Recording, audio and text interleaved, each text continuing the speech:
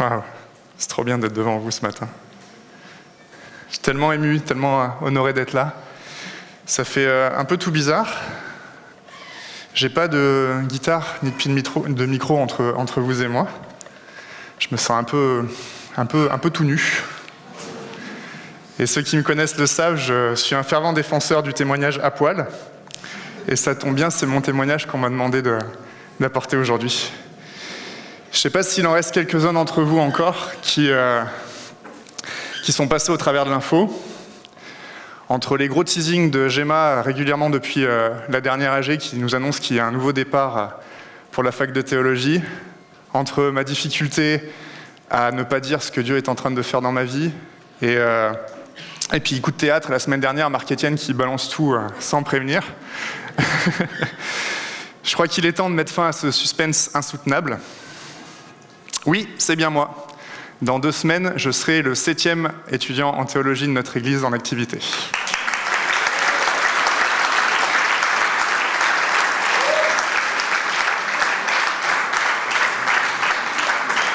Alors, je suis un peu embêté, parce que 2 raisons m'avaient motivé à faire ce pas dans cette aventure.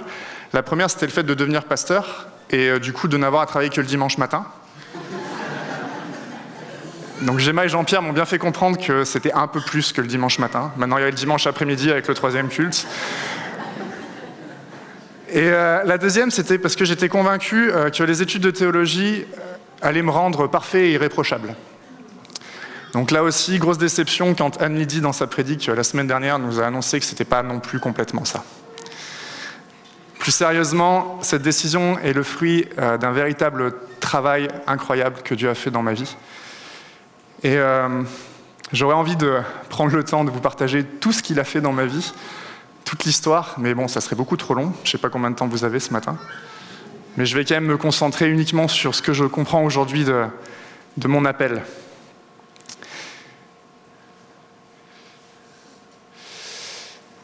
Vous pouvez demander confirmation à nos pasteurs et... Excusez-moi. Vous pouvez demander confirmation à nos pasteurs et à mes amis. Il y a 6 mois, à peine 6 mois, je leur répétais pour la énième fois qu'il était hors de question que j'aille en fac de théologie. Je m'étais faite une espèce de punchline qui s'accrochait à moi depuis des années. Je vous l'ai dit, là, du coup, autant en profiter. Pourquoi un diplôme humain pour valider un appel divin? Pas mal, hein? Ah, c'est douam. Alors quoi, qu'est-ce qui s'est passé, Quentin? Raconte-nous. Non, vous n'êtes pas aussi enthousiaste, c'est pas grave. Ça fait bientôt 9 ans aujourd'hui que j'ai accepté le Seigneur dans ma vie et de marcher avec lui, avec plus ou moins de réussite, plus ou moins de combats. Et à travers tout ça, j'avais quand même cette certitude qu'il était avec moi à chaque instant. Et que marcher avec lui allait impliquer de grands bouleversements et de gros sacrifices. Une mise à part, en fait. Alors je m'arrête tout de suite en vous disant que je ne suis pas le seul à être appelé à vivre ça. C'est pas parce qu'on est étudiant en théologie qu'on est appelé à vivre ça, et c'est même pas parce qu'on est pasteur qu'on est appelé à vivre ça. Vous êtes tous appelés à vivre cette mise à part. Depuis ma conversion, donc, j'étais convaincu d'un appel sur ma vie. Dieu a placé en moi cette soif de le servir, et étant musicien, très vite, vu que Dieu, en plus, avait utilisé la musique pour m'attraper, je me suis engagé dans l'équipe de louanges de ma première église. Et c'est comme ça qu'a commencé le service. Mais être convaincu ne veut pas dire s'en sentir digne et capable. Et je crois qu'il est là, finalement, le travail qu'a commencé Dieu. Si vous me voyez comme quelqu'un d'assuré, de confiant, de fonceur, de dynamique, entreprenant, laissez-moi vous dire que c'est pas du tout comme ça que je suis spontanément. Vous avez en face de vous un grand timide. Un grand timide qui a vraiment du mal avec le fait d'être mis en avant, comme ce matin. Facilement paralysé par le changement et la prise de décision, et surtout terrifié par le regard des autres. Donc clairement, je ne me sens pas du tout digne et pas du tout capable d'être appelé au ministère. Autant, pour ce qui est de la louange, j'arrivais à peu près à me faire à l'idée de pouvoir accompagner des leaders, de pouvoir être derrière à la guitare de temps en temps aux voix. Ça allait. Et finalement, il a fallu que je sois le seul guitariste-chanteur disponible de mon église pour que je me retrouve catapulté à cette place que je voulais absolument pas occuper. J'avais tellement peur d'être orgueilleux, tellement peur d'être dans l'erreur. Et quand enfin j'ai commencé à accepter cette place qu'on me confiait, je sentais Dieu qui me soufflait à l'oreille qu'il avait un projet bien plus grand encore, que mon appel ne se limitait pas à simplement conduire des temps de louange. Il mettait dans mon cœur des projets de ouf. Je voyais une grande église tournée vers les gens, une grande église qui était attentive à l'histoire des gens, une église qui brille sur la ville dans laquelle elle est, et une église composée de centaines de personnes avec un cœur débordant d'amour pour Dieu et pour les personnes qui ne le connaissent pas encore. Et dans tout ça, je sentais que ma place n'était pas que derrière une guitare. Mais Dieu voulait que j'ose apporter sa parole et accompagner ses enfants dans leur marche avec lui. Finalement, vivre cette louange qui me faisait tant vibrer, mais la vivre ailleurs que par la musique, la vivre dans notre façon d'être, dans notre attitude, au quotidien. Je m'imaginais tout quitter pour le servir. J'en avais un vertige incroyable. Dieu avait placé cette soif, cette sensibilité à l'adoration et ce cœur brûlant d'amour pour son Église et ses enfants. Combien de fois je me suis apitoyé en lui disant « Mais Seigneur, non, je suis pas ton gars, je suis pas digne, je suis pas capable de ça. » Sa réponse, « Quentin, qui t'a dit que j'attendais des gens capables et dignes? Je veux juste des adorateurs prêts à me suivre. » Wow. Cette discussion, je l'ai eue un bon millier de fois avec Dieu. Et à chaque fois, ça finissait par « ouais, on verra ». Je vais quand même vous donner une anecdote. Un jour, je marchais dans la montagne, comme j'ai l'habitude de le faire assez régulièrement.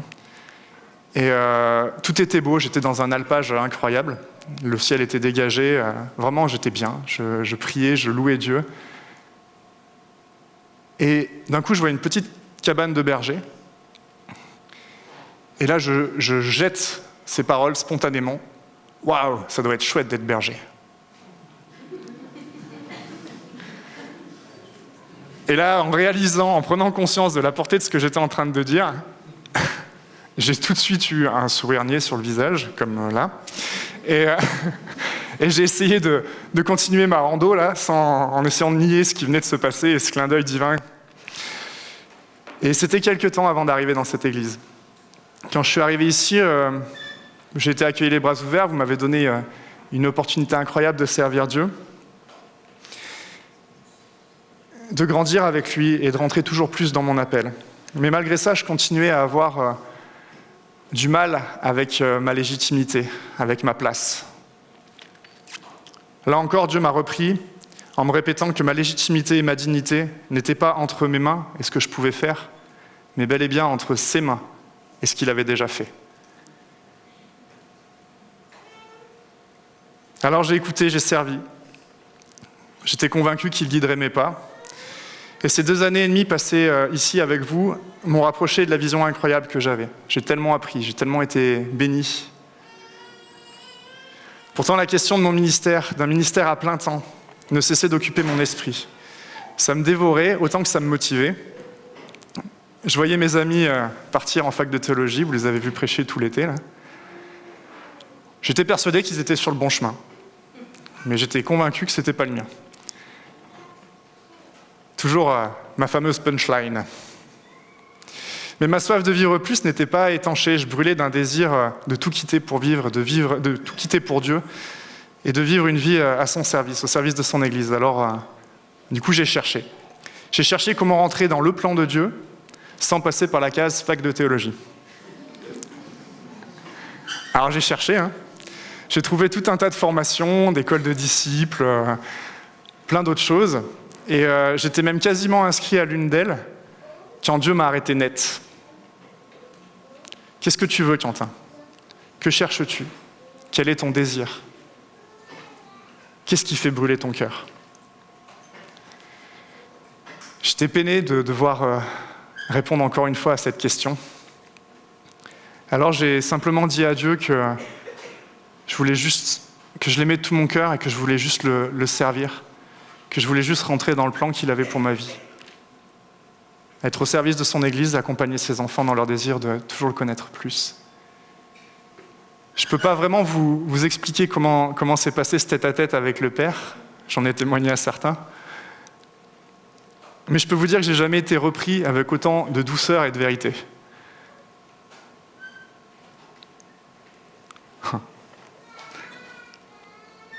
Finalement,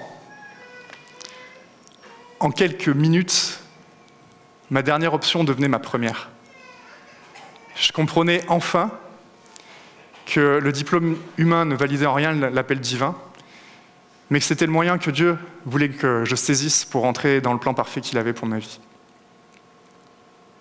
Ok mon Dieu, on va en fac de théo. Je comprends pas tout là, mais je te fais confiance, même si tout ça m'échappe. Pardonne-moi d'avoir douté, pardonne-moi d'avoir cru mieux savoir que toi. Je te fais confiance. C'était une évidence, plus aucun doute, il fallait y aller. Waouh, c'est reparti pour le vertige. C'est pas le tout de dire pendant des années à Dieu qu'on est prêt à tout quitter pour le suivre. Je crois qu'il faut être capable de le faire le jour où il nous dit que c'est le moment de le faire. Dans l'ordre des difficultés, il a fallu lâcher mon travail, de bons petits fonctionnaires, ma maison, puis 2 gros chiens que j'aime très fort. Et puis il a fallu annoncer la nouvelle à ceux que j'aime, mais qui ne partagent pas particulièrement ma foi. Je pense à mes parents, je pense aussi à mes amis les plus proches qui me suivent depuis des années, bien avant que je rencontre Dieu. J'avais tellement peur de les décevoir, de les faire flipper, de perdre leur amitié, leur soutien, et peut-être encore toujours cette peur d'être jugé. Et en fait, rien de ça. Je crois que Dieu avait dû préparer leur cœur parce qu'ils étaient moins surpris que moi par la nouvelle. Incroyable.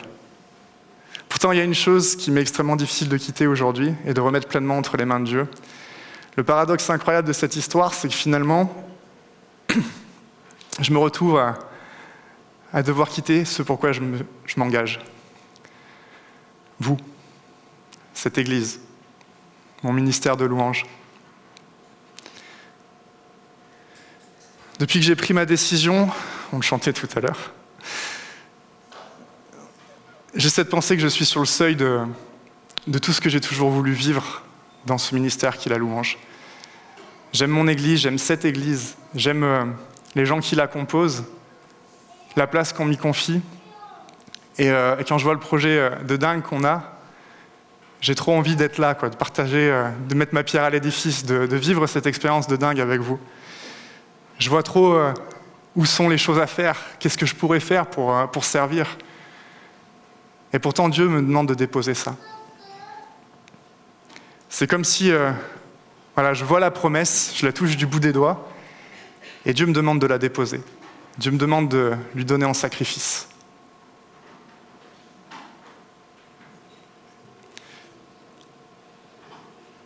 Finalement, il me demande si je suis prêt à lui remettre, à lui offrir ça, et croire qu'il a meilleur encore. Pour moi, mais pour vous aussi. En me voyant ce matin devant vous, je crois que vous avez compris la réponse que je lui ai donnée. Alors oui, c'est la dernière page d'un chapitre qui se tourne aujourd'hui, mais l'histoire n'est pas finie. Je suis tellement reconnaissant de vous avoir.